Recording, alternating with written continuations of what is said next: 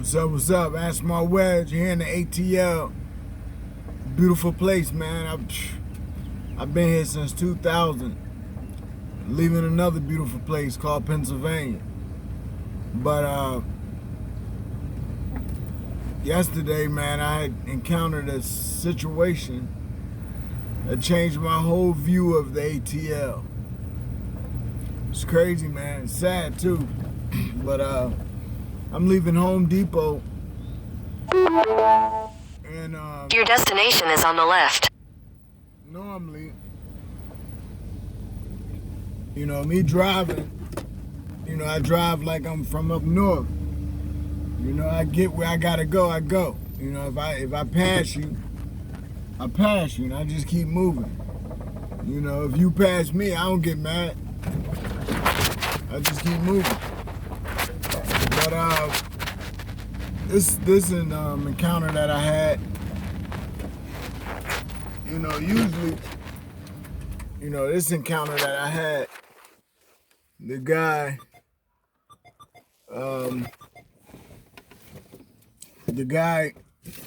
I was coming out of Home Depot, picking up my load, and was coming out to the main street.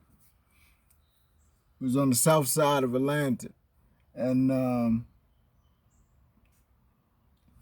I pulled out, but the guy was, I had enough space to pull out. I had enough time to pull out, but when I pulled out, the guy and his girlfriend was in this little black car, and they didn't like that I pulled out. So they pulled next to me and pulled this gun on me. This joint was like, it looked like it was like 2 feet long. So I said, oh man, okay, you show me a gun, I can understand that. But I never had nobody who don't know me point a gun in my face. He actually pointed in my face. And he had to pass his girlfriend to get it to point at me. So 2 things went through my mind real quick. One, this guy he might shoot. He just pointed a gun at me. He could shoot. Number 2, his girlfriend right next to him, almost hugged up on him.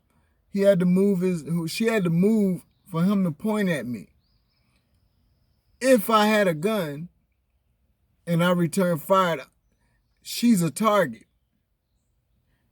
All this going through my mind so fast, it's crazy. So what I did decide to do is, and even if you do have a gun, it's not safe. Because your gun, what if you miss the first shot?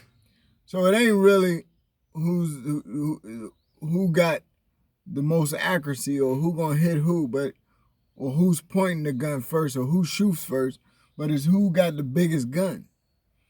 Because if my gun don't make it through his windshield, or I miss him and his gun don't miss, and it's a bigger gun, then what?